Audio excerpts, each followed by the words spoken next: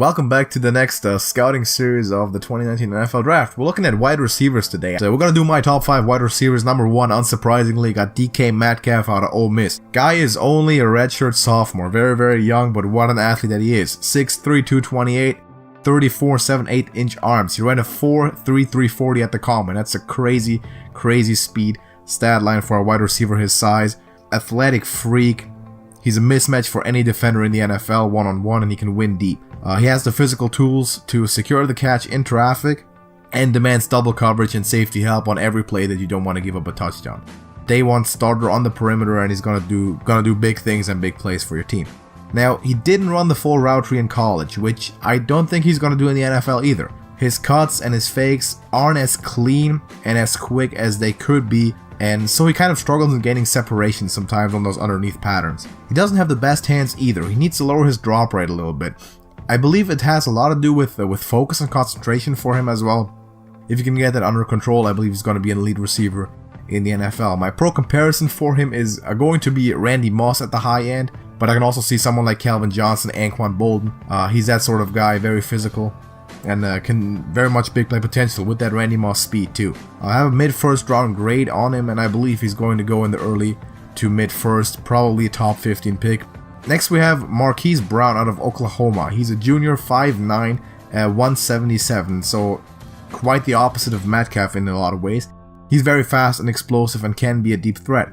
Quickness on underneath routes is impressive as opposed to Metcalf there. Linebackers have no hope of covering him if he's in the slot ever. Complete mismatch as a slot receiver. He can line up on either side and in and outside of the numbers, so any position, any receiver position he can play it, has the physical tools to do so.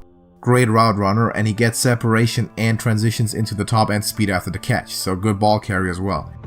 He has his head in the game. Very, very good vision. He's a day 1 starter. Now he's pretty short. 5'9" is not a lot, especially for an outside receiver. He's not going to be a red zone target for the most part, and he's going to struggle to win that 50-50 ball. If he can't win deep with his speed, he's going to have a hard time against the 6-foot corners. He's also not a great blocker because he's very light, very skinny. He gives up 10 to 20 pounds to most NFL defensive backs, so that's going to be a liability for him in some degree. You don't want to run to his side a lot. His pro comparison for me is Deshaun Jackson, mid-first round grade, and I also think he's going to go in the mid to late first round. I think some team, he might even be the first receiver off the board, depending on what team needs we're looking at. That's totally a possibility. Number 3, AJ Brown out of Ole Miss, Metcalf's teammate. He's a junior, 6 foot tall, 226, and with 32.78 inch arms, he ran a 4.49 at the combine. Outstanding quickness on his cuts. He's a very good route runner. Very flexible, and he uses levers really, really well. Better than I have seen any other receiver in this class do. He lowers his center of gravity, allowing him to make the sharpest cuts on his routes. Very sudden movement. He can stop and cut on a dime. Very tough to keep track of in the open field. Good frame for a ball carry. He turns into a running back after the catch. 6 feet, 226, very, very solid as running back. It's roughly running back measurements. He has a background in baseball as an outfielder. I like that a lot. His hand and eye coordination does benefit from that, and he's very good at tracking balls while they're in the air. He's a determined contributor, and he blocks with conviction, so you can run his way. He's going to do his due. He needs to develop some technique to beat press coverage if he wants to play outside receiver, because some of the Jalen Ramseys and elite press corners are going to give him some fits in that regard. He's not a burner over the top with basically a 4.5 flat, not very elite, and he's going to be facing people that are more athletic than him. He also needs to stay focused over 4 quarters. Sometimes both his drop rate and his effort lost a little bit of track towards the end of games. His technique and hustle need to be 100% because he's not going to be the most athletic guy, and he's going to be facing people that are faster than him.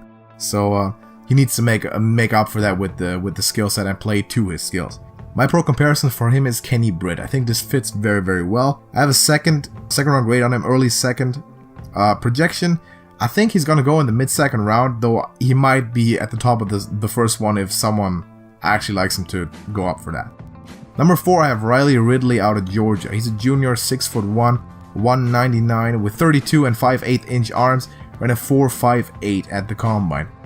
Great strength for a wide receiver. He plays physically against press coverage. His catch radius and hand security are outstanding.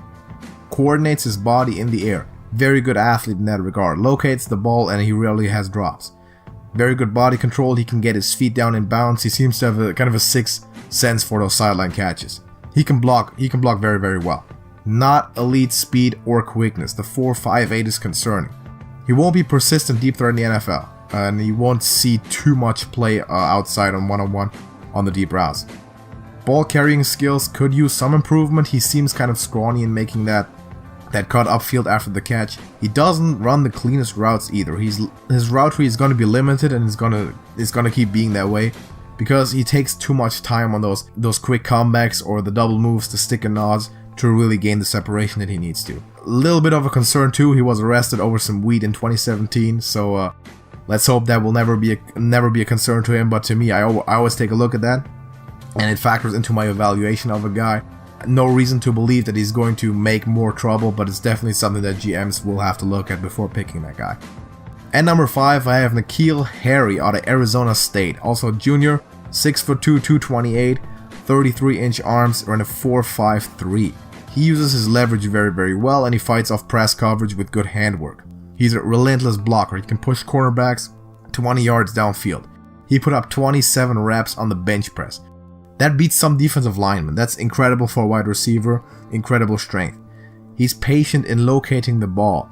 He plays the contested catch very precisely and with good timing, and he's very consistent in doing so, rarely has drops. Now he doesn't possess the top end speed or elite quickness that a lot of other receivers here do, and he doesn't have the most bend in his cuts, so his routes aren't the crispest, but they're good enough. He's also not the most sudden route runner, doesn't have that explosive speed on his second cut, and his limited red zone productivity stems to a degree from that.